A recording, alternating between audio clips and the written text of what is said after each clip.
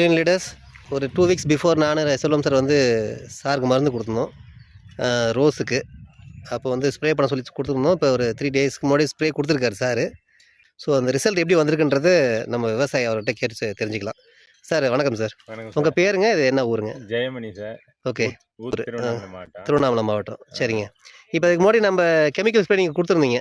நம்ம என்ரூஸ் ப்ராடக்ட் வந்து கொடுத்துருந்தோம் இப்போ ரீசெண்டாக. இப்போ வந்து ஒரு 3 நாளைக்கு மட்டும் நீங்கள் ஸ்ப்ரே பண்ணியிருக்கீங்க. இப்போ கெமிக்கல் ஸ்ப்ரே கொடுத்தப்ப ஃபீல்டு எப்படி இருந்துச்சு? இப்போ நம்ம மருந்து கொடுத்ததுக்கப்புறமா நீங்கள் என்ன மாற்றம் பார்த்தீங்க? மாற்றம்னா புது துளுப்பு எடுக்குது சார். அதே போல் காம்பும் பரவாயில்ல, ஓரளவுக்கு மீடியமாக அப்படியே நீட்டு வருது. ஏன்னா இப்போ தான் ஒரு வாட்டி தான் அடிச்சிருக்கு. ஒரு வாட்டி தான் அடிச்சுக்கிறேன். இன்னும் 2 டைம் வச்சா எனக்கு நல்லா சொல்கிறேன் நான். கண்டிப்பாக வெயிட் இன்னும் இன்க்ரீஸ் ஆகும். பட் வந்து உங்களுக்கு இதுக்கு முன்னாடி வந்து பூ எப்படி இருந்துச்சு, இப்போ எப்படி இருக்குது பூ? இப்போ நல்லா இருக்குது சார். அதாவது வந்து இந்த வெயிலுக்குலாம் சுத்தமாக அந்த கறி போயிடும் கெமிக்கல் அடிக்கிறப்ப. ஆமாம், கெமிக்கல் அடிக்க சொல்ல இந்த வெயிலே தாங்காது. சுத்தமாக அந்த பூவை உள் சுத்து ஃபுல்லாக அதே கறிவிடும் அப்படியே. சரிங்க. இப்போ அப்படியே இருக்குது பாரு. இப்போ வந்து நம்ம என்ரூட்ஸ் அடிச்சதுக்கு அப்புறமா நல்லா தெளிவா இருக்கு பூலாம்.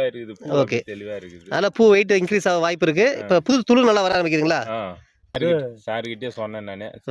இது மாதிரி இருக்குது அப்படின்னா சரி நான் வந்து பாக்குறேன் அப்படின்னா. இப்போ மற்ற ரோஸ் பயிரிடுற விவசாயிகளுக்கு நீங்க என்ன அறிவுரை சொல்றீங்க? பரவாயில்ல சார், இந்த மருந்து பரவாயில்ல தெரிஞ்ச வரையாலும்.